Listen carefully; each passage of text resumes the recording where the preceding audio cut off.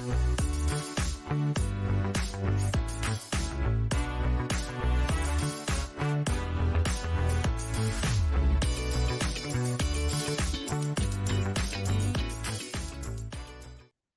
à tous et merci de votre participation à ce webinaire d'InfoRisque. Alors, je suis François, cofondateur et dirigeant d'InfoRisque, et j'ai le plaisir d'animer ce nouvel épisode des midis de la santé et de la sécurité, 45 minutes pour se former et s'informer. Alors, InfoRisque est maintenant le média santé et sécurité le plus suivi de France. Un grand merci à tous pour votre fidélité.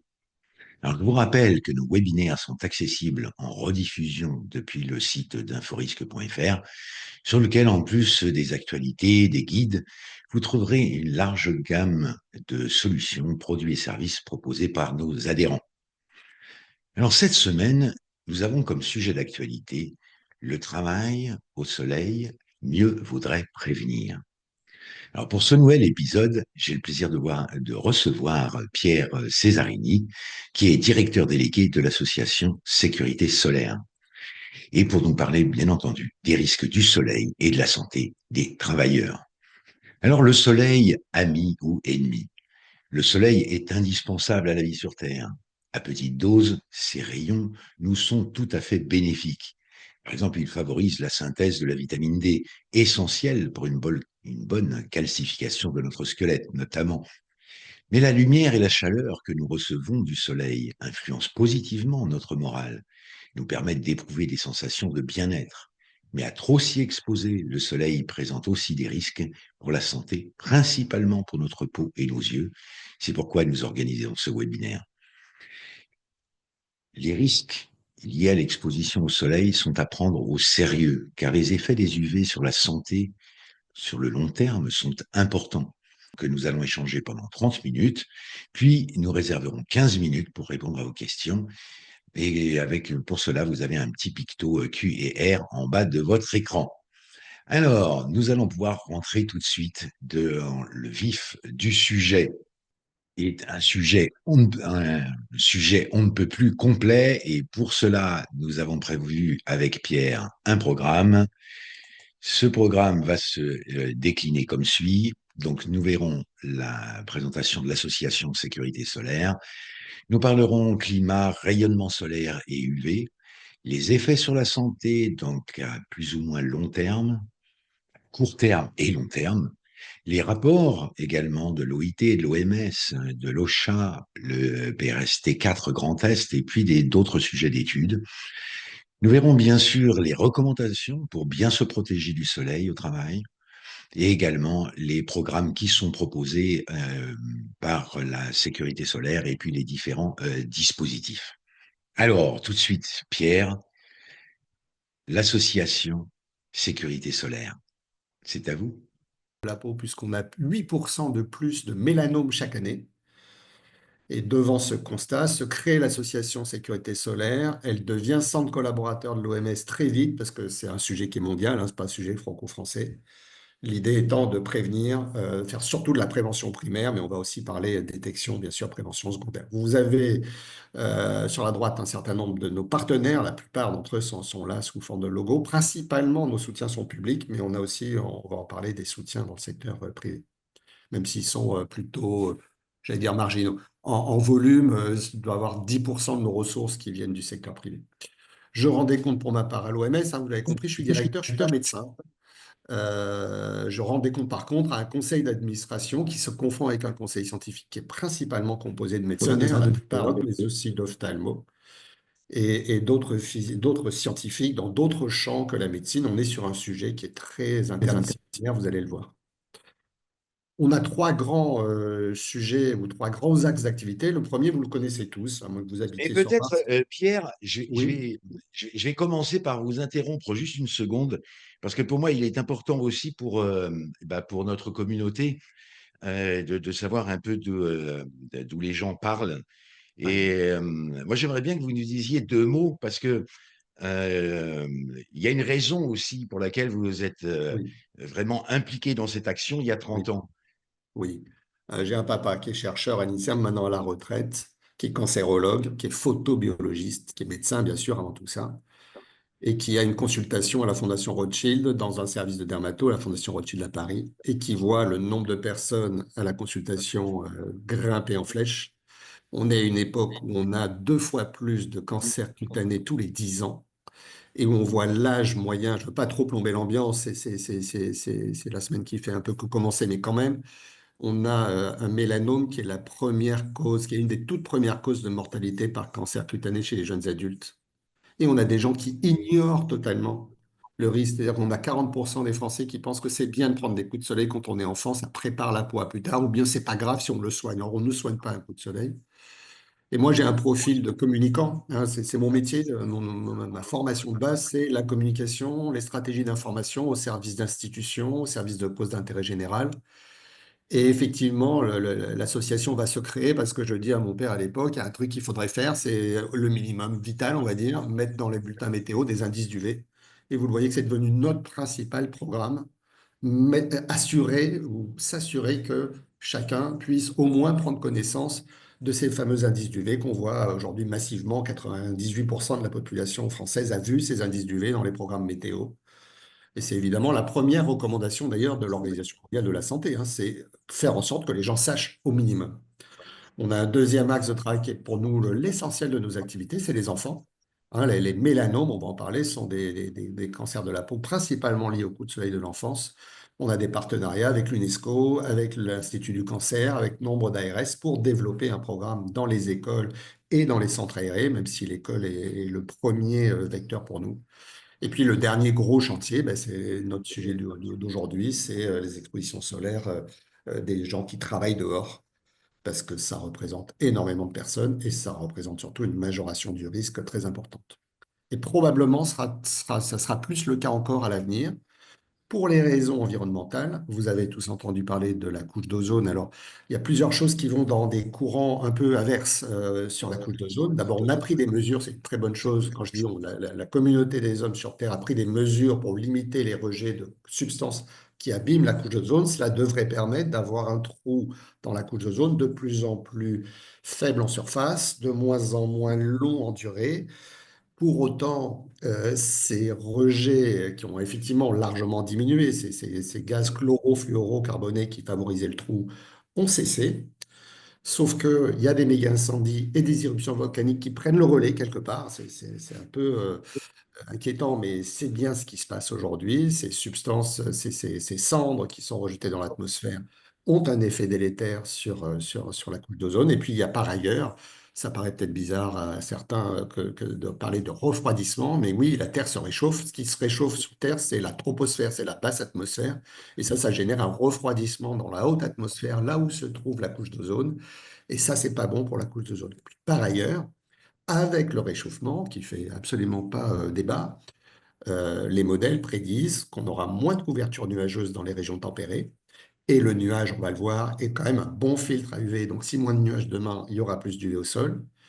Et puis, peut-être le point le plus important, en tout cas à certains moments clés, c'est qu'est-ce que font les gens quand ils commencent à avoir des températures plus élevées? Ben, ils ont tendance à se déshabiller, quoi, hein.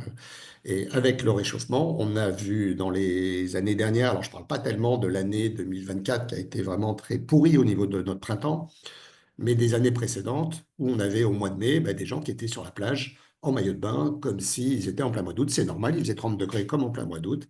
Et ça veut dire des surfaces corporelles plus exposées. Pour les gens qui travaillent dehors, on le sait, même si ce n'est pas la règle, on a beaucoup de gens qui ont tendance à se mettre en manche courte, voire à se mettre carrément torse nu lorsqu'il commence à faire chaud.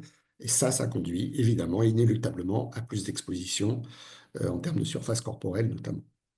Alors, on a un vrai piège avec le rayonnement UV, donc vous savez tous qui est le responsable des choses qu'on essaye de prévenir, sur lesquelles on va revenir tout à l'heure. C'est un rayonnement qui est froid et qui ne produit pas de sensation de chaleur, qui reste invisible, qui n'éblouit pas. Hein, ce qui nous réchauffe dans le rayonnement solaire, c'est l'infrarouge. Ce qui nous permet d'être ébloui ou de voir des formes et des couleurs, c'est la partie visible, dans des longueurs d'onde plus courtes que la lumière bleue, dont vous entendez parler assez régulièrement des risques, mais il y a des encore plus dangereux que la lumière bleue, ce sont les ultraviolets qui provoquent des dommages sur l'ADN, hein, c'est comme ça qu'on provoque des cancers. et qui sont absolument imperceptibles. C'est-à-dire que les témoignages de gens qui ont brûlé gravement sans rien avoir senti venir, en fait, c'est la règle. La plupart des gens qui prennent des coups de soleil vraiment importants rapportent que ben, il faisait frais, il y avait du vent, j'étais en altitude, je faisais du vélo, je faisais du bateau, j'ai rien senti venir. D'où l'intérêt d'avoir cette échelle, ce fameux indice d'UV ou cet index UV, qui est aujourd'hui une échelle internationale, hein, et qui permet de communiquer sur le risque. Quand vous voyez l'info à la météo, c'est une prévision d'un niveau maximum, 3 4 heures autour du midi solaire. Et quand on arrive un peu à faire notre boulot, il y a des conseils qui vont avec, sur lesquels on va revenir évidemment. Alors, juste deux, trois infos sur l'échelle. C'est une échelle linéaire, hein. 2, c'est 2 fois plus que 1, 4, 2 fois plus que 2, 10, 10 fois plus que 1. Vous voyez que jusqu'à des niveaux du V1,2, l'OMS recommande pas de protection. Et bien évidemment, il faut d'autant plus se protéger que le niveau du V monte. Pas de plafond à cette échelle. 12 plus, ça peut être 13, ça peut être 14, ça peut même être 18, et on a même déjà mesuré du 40. Et bien évidemment, les conseils de protection qu'on va voir plus en détail tout à l'heure devront être d'autant plus mis en œuvre qu'on a des peaux sensibles à protéger et surtout que l'exposition est longue. Et là, évidemment, les gens qui travaillent dehors sont en première loge. Ce Ok. qui fait varier l'UV, ce n'est pas donc la température, ça n'est pas une possible variation de la distance Terre-Soleil. Ce qui fait varier principalement le rayonnement UV, c'est la position du Soleil dans le ciel. Quand vous avez un soleil qui est haut dans le ciel, vous avez un trajet des rayons dans l'atmosphère qui est court. Le filtre atmosphérique, le filtre ozone est faible et mince, donc il y a beaucoup d'UV. Inversement, quand le soleil est bas sur l'horizon, vous avez un trajet dans le filtre atmosphérique qui est important. Il n'y a pas beaucoup d'UV. Donc le bon conseil à retenir ou le bon indicateur, la hauteur du soleil dans le ciel, la taille des ombres. Si ton ombre est plus courte que toi, ne t'expose pas ou bien protège-toi. C'est un message qu'on apprend et même qu'on fait découvrir scientifiquement à des élèves en classe de maternelle. Bien sûr, les nuages peuvent venir troubler la donne en quelque sorte. Des gros nuages épais vont tout filtrer pendant que des nuages fins d'altitude vont quasiment tout laisser passer. Donc, alerte, quand on a ce type de nuages, c'est ce qu'on appelle des cirrus. Il y a vraiment une baisse de température, il y a une baisse de luminosité, alors qu'il n'y a pas de baisse d'UV. C'est un piège par excellence. Piège par excellence également l'altitude. En altitude, la température baisse, le niveau d'UV augmente, puisqu'on rétrécit l'atmosphère qui filtre.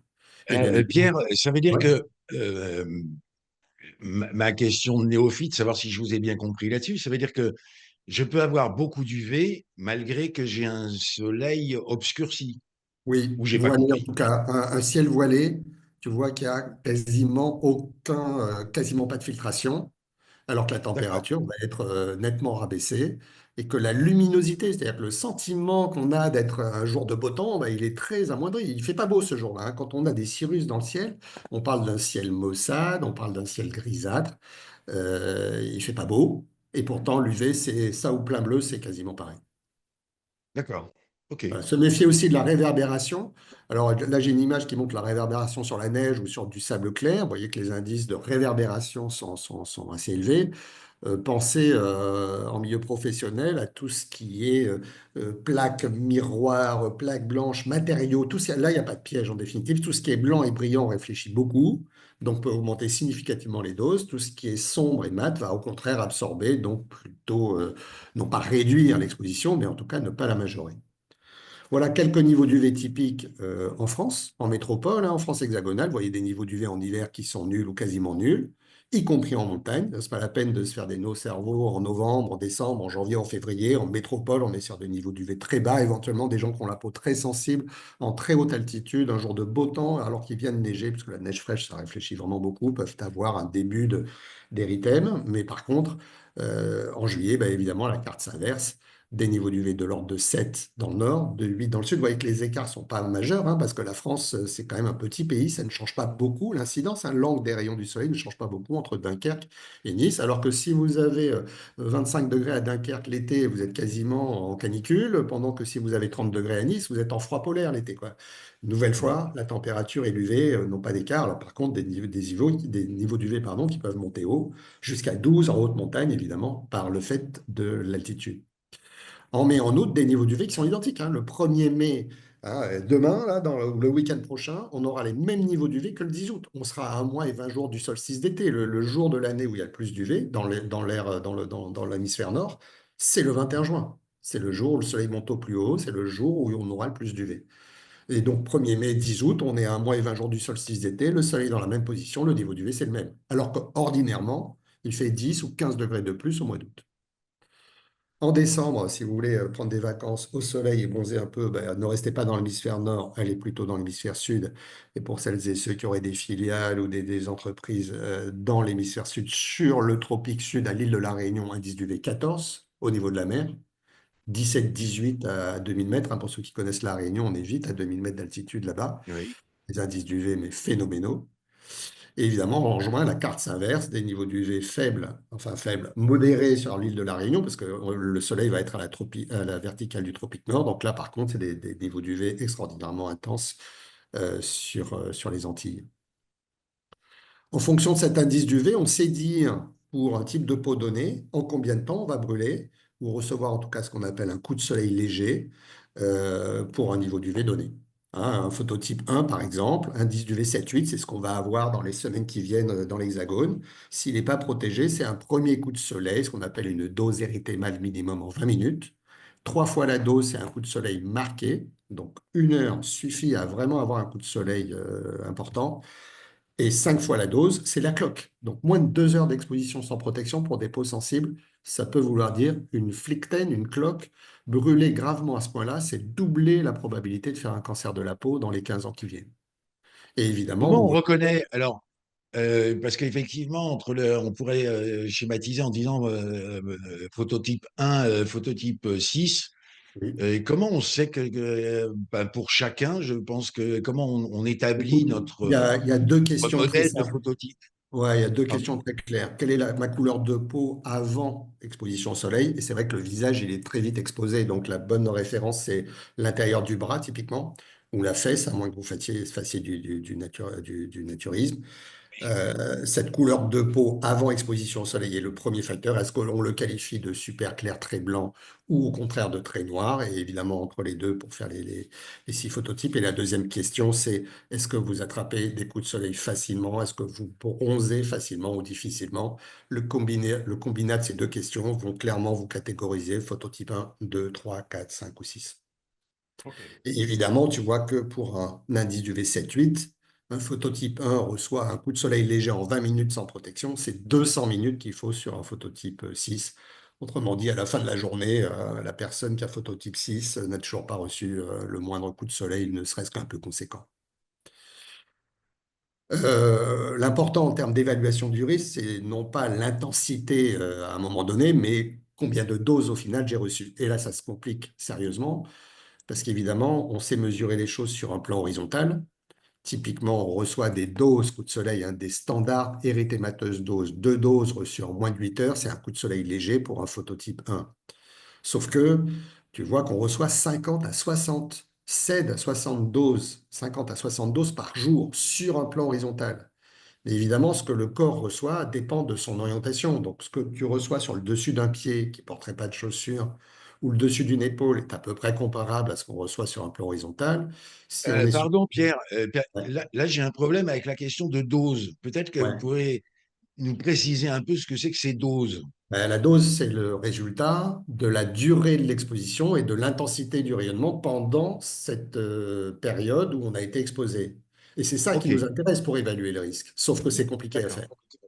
Et ce qu'on sait, donc, c'est que on sait mesurer les choses et les estimer, les modéliser ou les mesurer avec des capteurs sur un plan horizontal pour savoir ce qu'une épaule va recevoir ou un bras qui se tient verticalement reçoit, ou même un visage. Et puis évidemment, si tu mets des protections dessus, tout ça est éminemment bouleversé. Et donc c'est compliqué parce qu'il y a beaucoup de facteurs qui rentrent en compte. Bien sûr l'intensité, bien sûr la durée de l'exposition, mais aussi l'orientation par rapport à la direction du rayonnement, l'orientation de telle ou telle partie du corps, et évidemment de la protection qui a possiblement été mise en œuvre. Ok. Parmi les effets bénéfiques, la vitamine D, on sait qu'elle est importante, tu l'as très bien rappelé, j'y reviens pas, elle est importante pour prévenir l'ostéoporose, elle est aussi importante pour l'immunité. Les effets positifs sur le moral, évidemment, il ne s'agit pas de vivre dans des caves toute l'année, sinon on va déprimer. Et puis, il y a aussi un impact de la lumière pour les gens qui travaillent de nuit, on le sait, ou les gens qui se déplacent beaucoup, hein, d'un fuseau horaire à un autre. Il y a besoin d'alternance lumière-jour, pardon, jour-nuit pour régler notre rythme circadien, nos phases de sommeil et d'éveil. Hein, on recommande aux gens de bien dormir dans le noir le plus absolu pour favoriser la production d'hormones qui va bien pour la récupération et accessoirement pour notre morale. Bon, à plus court terme, les effets néfastes, c'est les brûlures, tout le monde les sait. Alors, elles sont de différents degrés de gravité. Là, vous avez ce que j'évoquais tout à l'heure, la cloque, la Oui, flippenne. L'ophtalmie, ça existe hein, pour les yeux. Alors, c'est des doses beaucoup plus importantes qu'il faut. C'est rarissime, mais ça arrive. Et puis, on a des problèmes parfois de photosensibilisation, c'est-à-dire de la peau qui a été sensibilisée sous l'action des UV plus d'un tiers facteur. Typiquement, un produit anti-inflammatoire qu'on a appliqué sur sa peau parce qu'on a une entorse du genou ou du coude, ou des végétaux avec lesquels on peut être en contact, ou encore des médicaments qu'on a ingérés par voie orale qui peuvent favoriser cette photosensibilisation, c'est-à-dire cette augmentation de la sensibilité de la peau au rayonnement UV. Sur les yeux, les effets sont plutôt de long terme, hein, outre l'ophtalmie. Pour le long terme, c'est la cataracte, hein, c'est peu connu, mais clairement, il y a un bon gros quart des cas de cataracte qui sont liés aux expositions UV. Et comme de par hasard, les gens qui font de la pêche, les gens qui sont guides de haute montagne, les gens qui travaillent dehors font des cataractes beaucoup plus tôt que la population générale.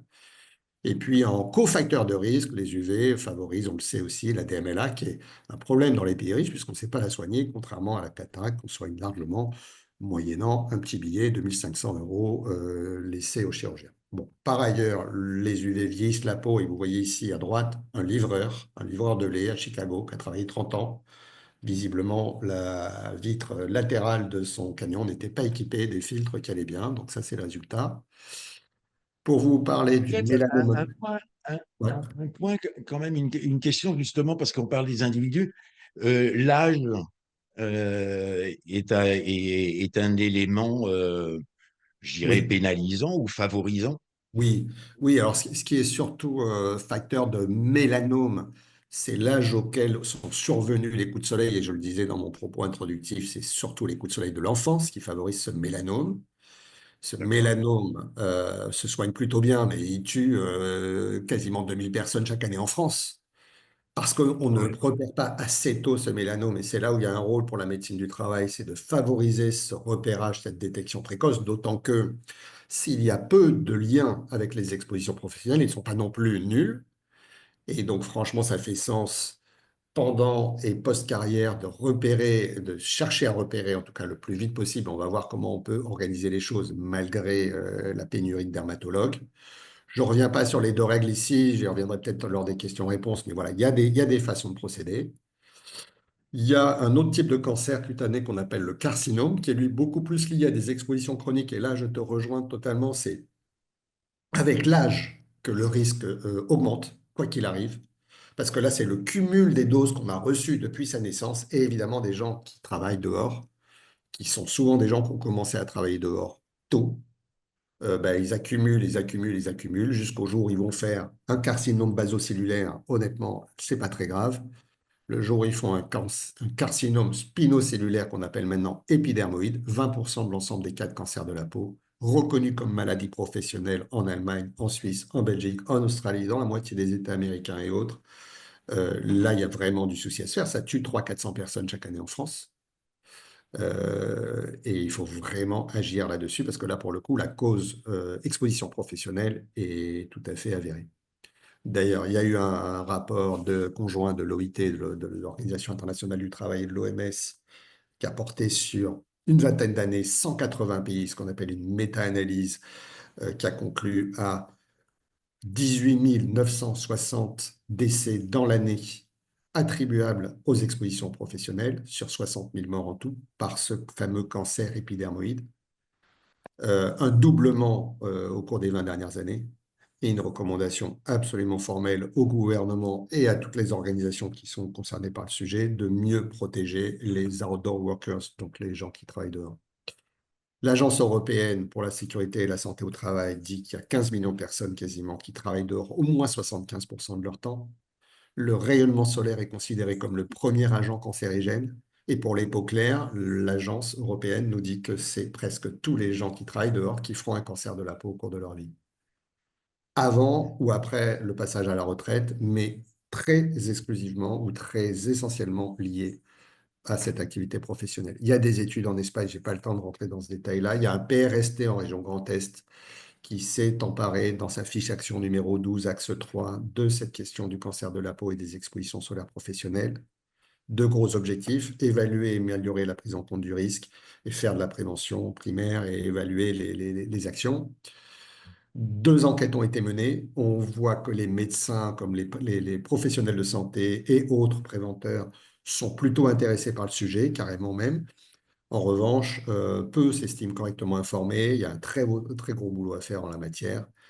Il y a eu peu de choses en matière de sensibilisation et de prévention et de formation en amont, même si beaucoup font quand même le job, hein, notamment les médecins qui sensibilisent individuellement, qui font des actions pour repérer les choses dans leur cabinet, mais ça ne va pas collectivement. Comme vous le voyez, 4% seulement des actions de sensibilisation sont menées sur un plan collectif.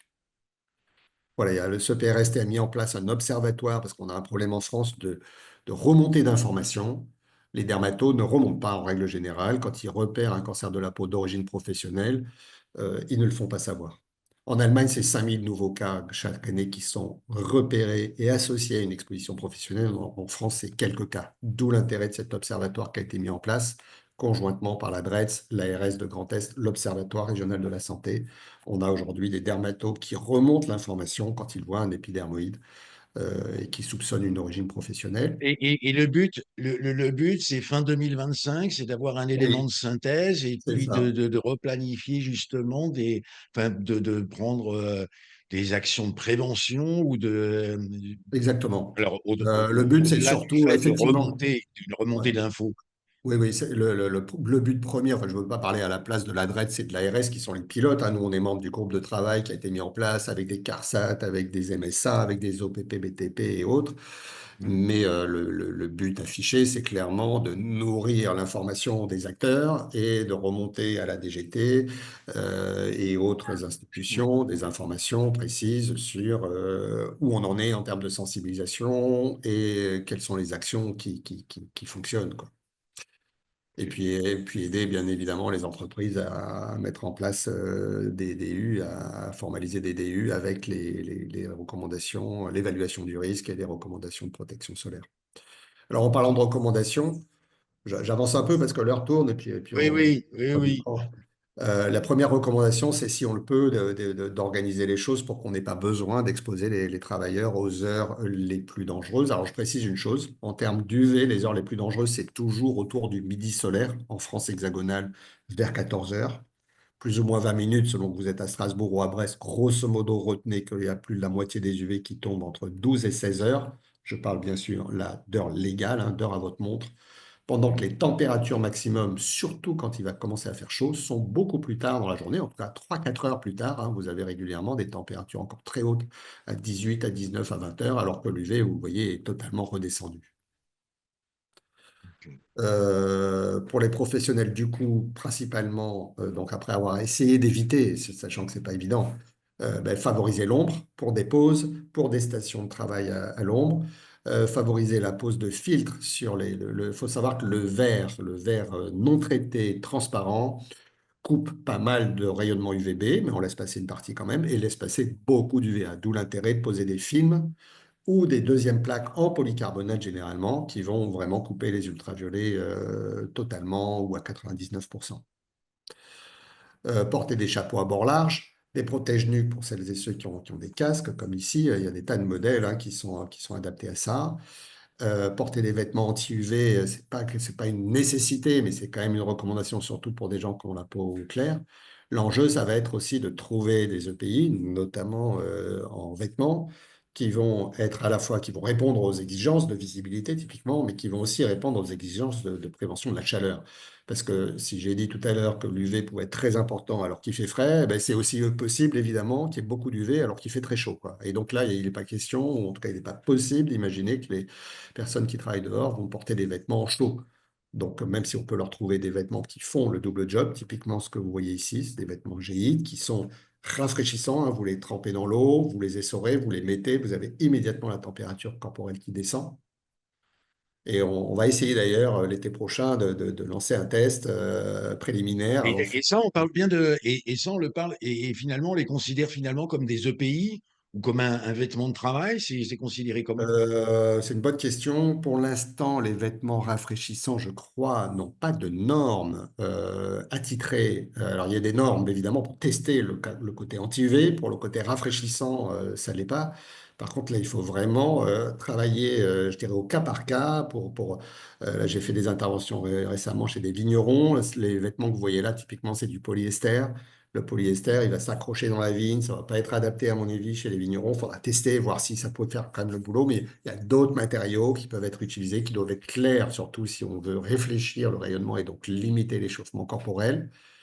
Il y a vraiment une étude à mener. C'est pour ça que d'ailleurs on veut la mener, cette étude, plutôt l'été 2026, mais commencer à tester des choses en 2025. S'il y a parmi dans l'audience des entreprises ou des organisations qui sont intéressées, qu'elles n'hésitent pas à me contacter.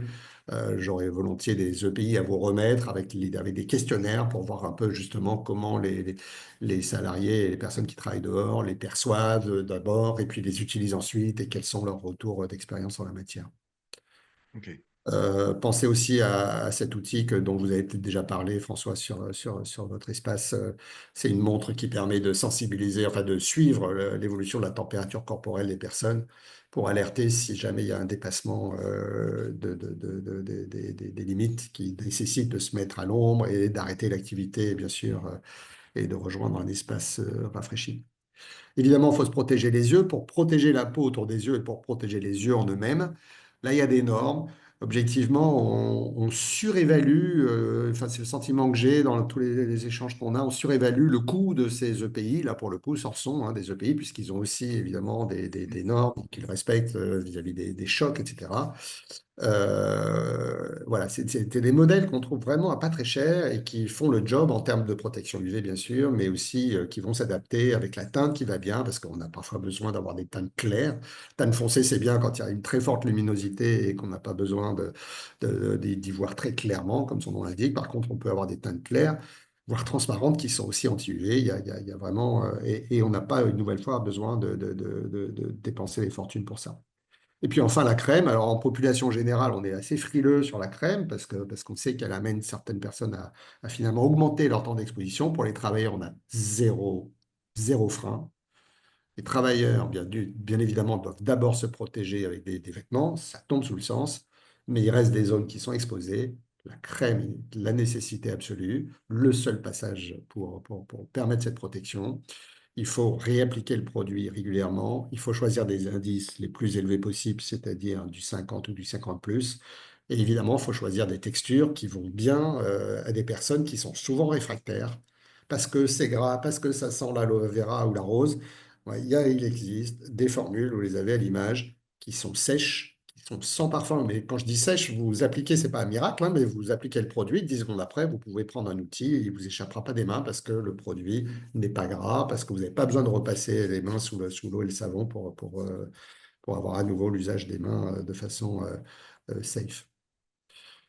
Et vous parlez un peu du programme Soleil Santé au Travail. Il faut quand même que je fasse entre guillemets un peu de pub. Non, c'est pas trop de la pub, rassurez-vous. Juste vous dire qu'il y a une loi, vous la connaissez. Il y a un règlement européen sur les EPI. Il y a des recommandations des Nations Unies. J'en ai un peu parlé avec celle de l'OMS. Il y a un avis du Haut Conseil de santé publique qui a porté spécifiquement sur des recommandations pour protéger les gens qui travaillent dehors. Il y a un avis du CESE qui doit dater de 2022, je crois, sur les défis à relever face au changement climatique. Il y a ce fameux travail que mène la DREETS et l'ARS en région Grand Est. Mais aujourd'hui, les DREETS et les ARS en Bourgogne-Franche-Comté, en Pays de Loire, en Bretagne et ailleurs s'intéressent évidemment beaucoup au sujet. Et puis, je crois que d'autres également, sans que je le sache. Et puis, plus récemment, l'ANSES a été saisi pour statuer sur la recommandation ou pas de reconnaître le cancer épidermoïde cutané en tant que maladie professionnelle. Oui, l'important, c'était peut-être aussi par rapport à notre communauté que je voulais intervenir aussi, c'est que aujourd'hui, on s'est aperçu dans les échanges qu'on a pu avoir avec Pierre et en préparant cet entretien que finalement que beaucoup de DURP n'ont pas effectivement ne prennent pas en compte ce risque, alors que c'est un risque qui est majeur et on commence. Je crois que vous avez fait part aussi dans la partie juridique que justement qu'il y avait même qu'il ne soit pas reconnu comme maladie professionnelle, qu'il y a déjà eu des actions juridiques menées à l'encontre d'employeurs Oui, pour négligence dans la prise en compte de ce risque oui, euh, pour la des, santé. des procédures et des condamnations. Parce Et qu'évidemment, on n'a pas besoin d'avoir la pathologie reconnue ou inscrite au tableau pour, à un moment donné, juger d'une liaison entre l'exposition au risque et la survenue de la pathologie. Et là, en l'occurrence, le cas auquel je pense, c'est le décès qui est survenu de la personne. Et la famille a reçu des dommages et intérêts très importants de l'entreprise qui a été considérée, jugée comme n'ayant pas fait le job en termes de prévention et de protection en amont.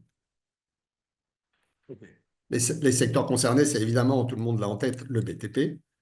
Mhm. Euh, En nombre d'individus, c'est sûr que c'est le premier secteur, bah, probablement avec l'agriculture, mais je crois que le BTP, c'est plus important encore. Mais il n'y a pas que, il y a évidemment tout le secteur de l'énergie, les gens qui installent des lignes électriques, qui travaillent sur les panneaux solaires, etc., les gens qui travaillent sur les télécoms, dans la voie, sur la voirie, les gens qui ont des métiers autour de la mer, de la montagne, autour des plages, des plans d'eau, etc., tous les animateurs, tous les maîtres nageurs, sauveteurs, etc., tous les gens qui travaillent à l'armée, à la police, les pompiers, les postiers sont beaucoup dehors, avec des surfaces corporelles exposées plutôt faibles, mais c'est le visage. Et l'épidermoïde, il survient à 99% sur le visage. Les gens qui travaillent dans le secteur des transports, on l'a vu, parce que les vitres ne sont pas des... C'est-à-dire que toutes ces pathologies, oui, il faut pas croire que c'est parce que on est torse nu qu'on va être impacté. C'est-à-dire le simple fait de ne pas avoir le visage de protégé Oui, peut oui, suffire oui. à C'est avoir une maladie derrière. C'est même, pardon, je ne l'ai pas précisé tout à l'heure, pour l'épidermoïde, le mélanome, il survient sur des zones de peau qui sont plutôt peu exposées au soleil, le dessus des épaules, le dessus des pieds, l'arrière du genou, le mollet, la cuisse, alors que l'épidermoïde, reconnu comme maladie professionnelle dans tous nos pays voisins, il survient sur le visage à 99%. Le nez, la joue, l'oreille, la lèvre inférieure en particulier. Et Voilà, d'ailleurs, il y a une chose que alors je rebondis là-dessus parce qu'on était juste un peu à cheval entre les deux. Mais d'où l'importance parce que euh, on a eu un échange sur une image que vous avez passée. Je crois que vous avez sauté exprès ou volontairement. Non, elle est après. Elle est après. Alors j'ai rien dit. Je vous laisse continuer, Pierre. pardon. Je reviens vers Alors, vous après. dans le cadre du programme Soleil et Santé au Travail, on fait un travail de scientifique avec l'INSERM et la Fondation Bordeaux Université pour faire d'abord des revues de littérature qui sont en ligne sur le site Soleil Info. Soleil Info, vous l'avez retenu, c'est notre site internet. Donc tout le monde peut y accéder. On a financé ou cofinancé une étude épidémiologique qui va nous permettre de mieux statuer sur l'origine professionnelle ou non de certaines pathologies oculaires et cutanées. Et puis sinon, on propose d'agir auprès soit des préventeurs et ou des employés, simultanément ou distinctement. La plupart du temps, c'est distinctement, avec des conférences, des débats, ou ce qu'on appelle des press quiz, c'est-à-dire des choses très interactives. On présente des choses tout en interagissant avec l'audience sur des questions-réponses auxquelles les gens peuvent répondre en direct grâce à leur smartphone. Voilà, ça évoque tous les sujets qu'on a vus aujourd'hui et ça se termine par comment mettre en place et évaluer une action de prévention, notamment quand on est auprès de préventeurs. On a des ateliers pratiques où là, on va tester des choses, notamment on a des gommettes, on ne va pas tester sur du vivant, on a des gommettes qui réagissent au UV, on a des lampes, on a des choses qui nous permettent d'agir. On a aussi une caméra UV très intéressante qui permet de voir ce que l'on ne voit pas à l'œil nu, à savoir des taches pigmentées. Vous voyez sur cette personne des taches pigmentées qu'elle a, qu'on voit à la caméra, qu'on ne voit pas à l'œil nu. Ça, c'est le fruit de ces expositions solaires personnes. On est avec un sujet jeune, eh ben, on Mm. peut dire qu'elle a déjà bien reçu, comme on peut le voir sur cette image. Avec cette caméra, on voit aussi les endroits où on a crémé correctement ou pas. On ne le voit pas à l'œil nu, les produits solaires majoritairement, qu'ils soient de cette marque-là ou d'autres, sont invisibles une fois appliqués. Oui, ben, ils sont invisibles. Avec la caméra, on voit les endroits qui ont été oubliés. Et c'est un point clé, évidemment, à la fois pour, entre guillemets, éduquer au comment bien se crémer, mais aussi pour convaincre des gens qui sont souvent convaincus qu'une crème qu'on applique sur la peau, ça ne peut pas filtrer les UV. Et là, on voit la filtration comme le nez au milieu de la figure, c'est le cas de le dire. Et Et puis, alors, ça je vais m'attarder juste. C'est là où je voulais en venir avec la question parce que j'avais en tête cette image. Parce qu'effectivement, il y a une marque il y a une marque qui est présentée sur cette image. Et c'est important parce que euh, vous nous dites aussi que la crème, c'est bien, c'est essentiel, mais ce n'est pas c'est pas la panacée. Non, ça doit faire partie d'une panoplie, surtout, alors je dirais, on a des études menées auprès de vacanciers, de gens qui travaillent dans le secteur tertiaire et qui utilisent la crème comme un pouce au crime. C'est pas très étonnant, vu comment on leur en parle à la télévision, à la radio, sur les réseaux sociaux, matin, midi et soir, que finalement, ils assimilent à la protection solaire la crème solaire. Et ça, on voit dans certaines études que ça amène finalement les gens à s'exposer plus, à prendre des risques inconsidérés. Comme si, au prétexte que vous aviez des ABS sur votre moto, vous conduisiez plus vite au carrefour. D'ailleurs, les assureurs le savent. Les assureurs font payer une prime d'assurance plus chère aux gens qui ont des ABS sur leur moto ou sur leur voiture, toutes choses égales par ailleurs, que si vous n'avez pas des ABS sur votre véhicule. Parce que vous savez que vous avez des ABS et que vous prenez plus de risques. Et donc, il y a effectivement non pas une réticence, mais il y a vraiment un message important. La crème, ça doit servir non pas à s'exposer plus au soleil, ou s'exposer plus longtemps, ou exposer plus de surface corporelle, mais venir juste compléter ce qu'un vêtement ne couvrira pas lorsqu'il y a lieu de se protéger, parce qu'on a identifié une condition avec un ensoleillement qui mérite qu'on se protège parce qu'on travaille dehors ou parce qu'on a fait 30 bornes pour arriver à la plage et que non, on ne va pas la quitter dans une heure au prétexte que c'est le début de la période dangereuse. La crème, là, va servir de protection absolument nécessaire, mais encore une fois, en complément, en élément de la panoplie, chapeau, lunettes, t-shirt et crème. La caméra, elle nous sert aussi à montrer si des verres coupent les UV. Un verre transparent peut couper les UV, un verre transparent peut ne pas couper les UV, on ne le voit pas à l'œil nu, et pour cause, les UV sont invisibles. Grâce à cette caméra, on voit si effectivement il y a un filtre UV incorporé dans le verre. Il y a un enjeu avec la détection précoce, et on travaille, nous, avec une société qui est en télémédecine, c'est-à-dire qui forme des personnels paramédicaux, principalement, à faire des photos. L'enjeu, c'est d'utiliser l'IA, vous l'avez compris, d'utiliser l'IA et des dermatos à distance. Mais le premier enjeu, c'est de faire correctement les photos.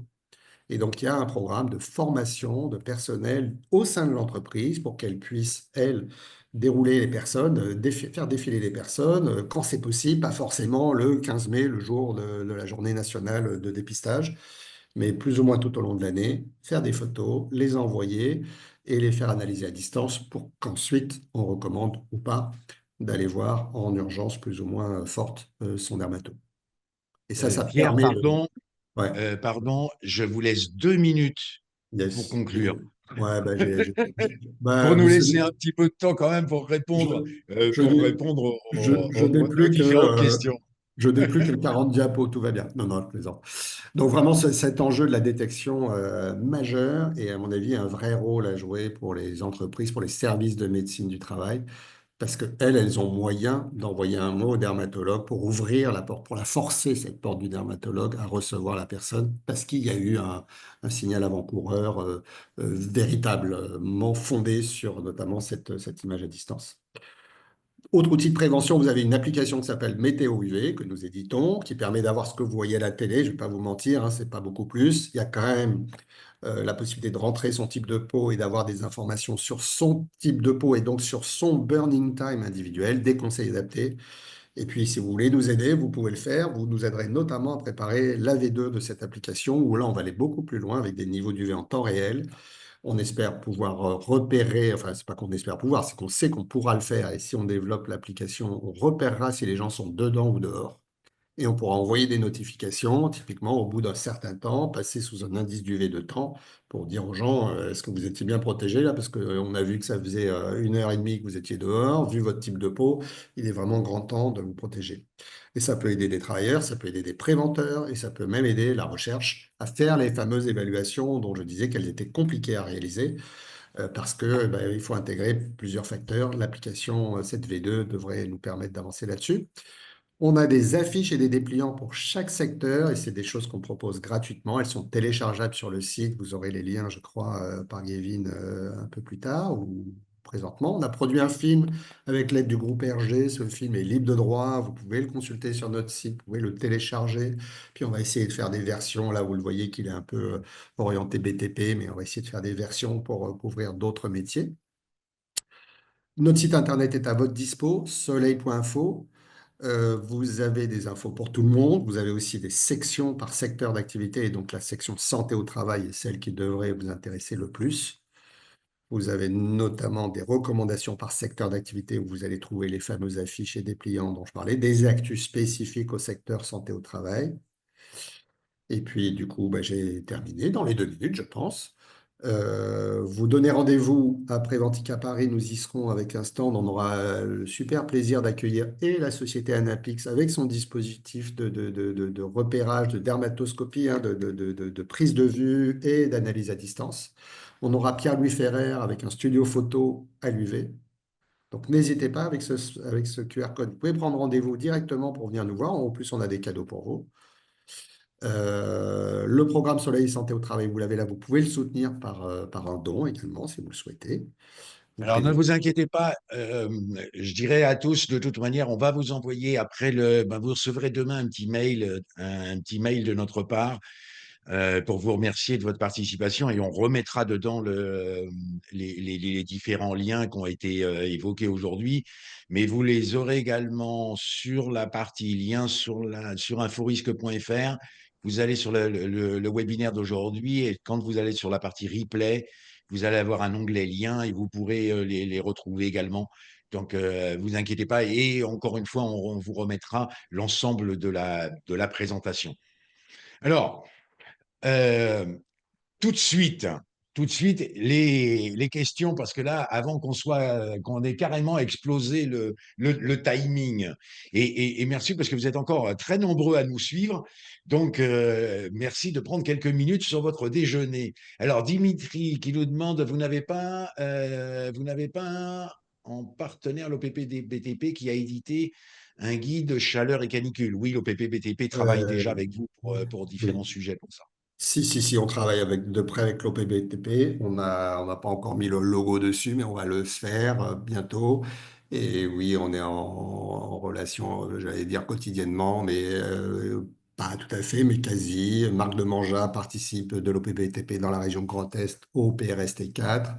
Je suis moi-même en contact régulièrement avec Mohamed Travelsi. C'est des sujets qui intéressent évidemment le secteur et puis qui nous contraignent quasiment évidemment, à échanger, à dialoguer et puis à travailler ensemble, bien évidemment, à échanger notamment les données qu'on peut avoir. Ok.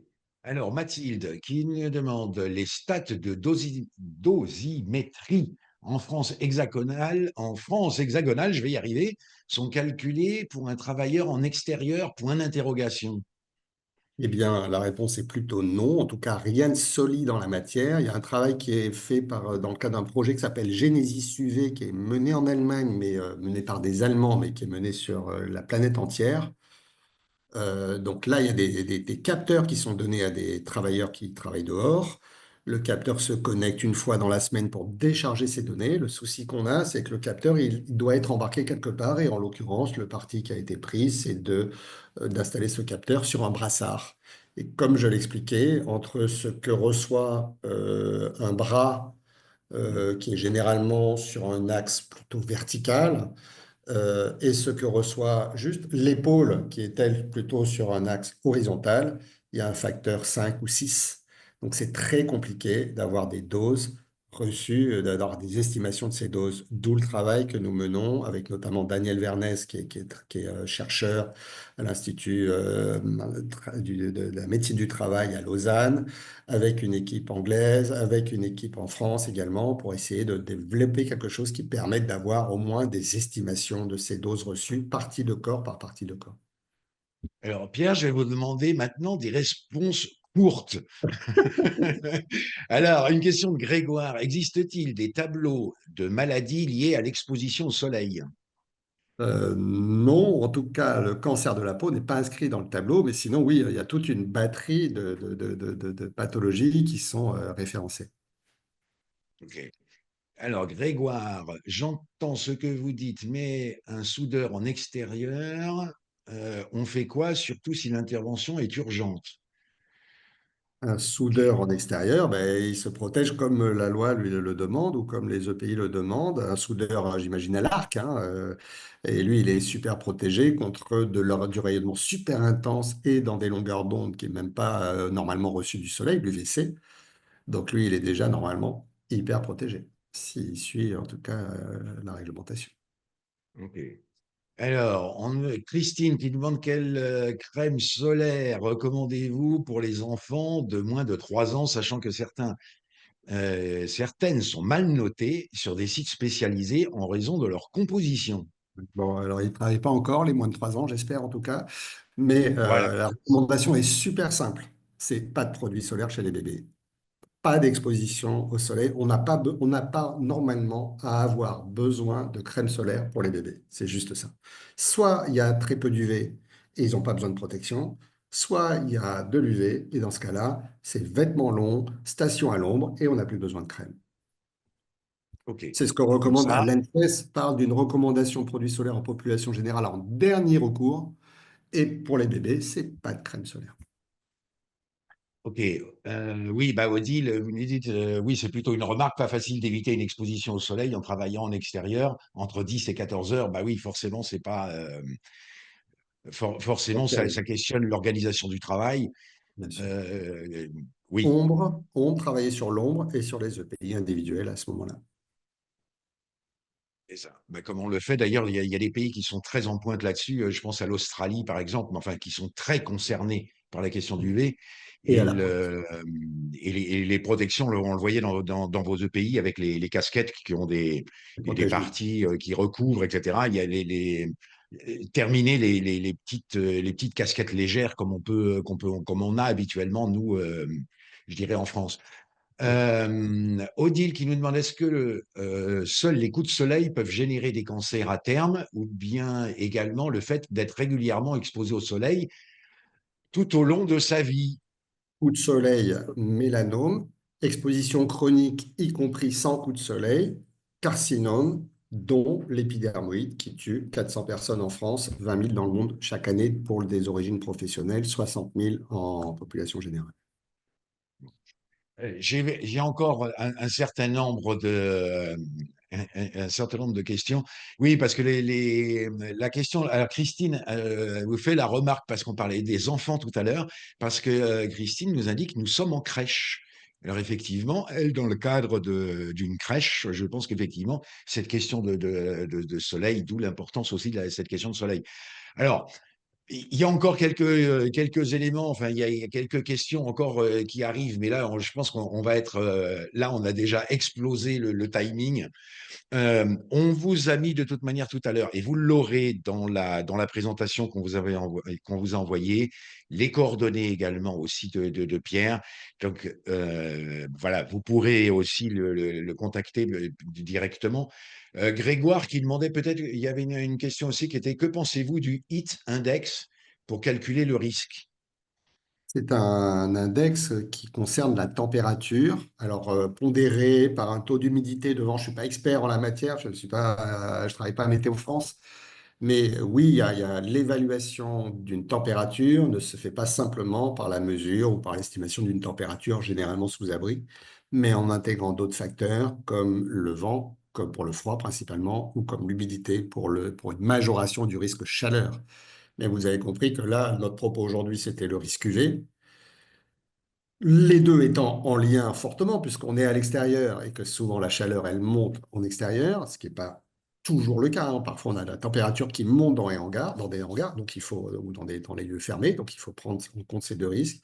Quand on est dehors, en tout cas, il est clair qu'il y a besoin de gérer à la fois ce risque chaleur, en tout cas quand il y a canicule ou qu'on s'approche d'eux, et ce risque UV par des EPI qui vont faire le boulot sur les deux volets, ou en tout cas qui ne vont pas aggraver les choses sur le volet chaleur tout en protégeant correctement contre les UV.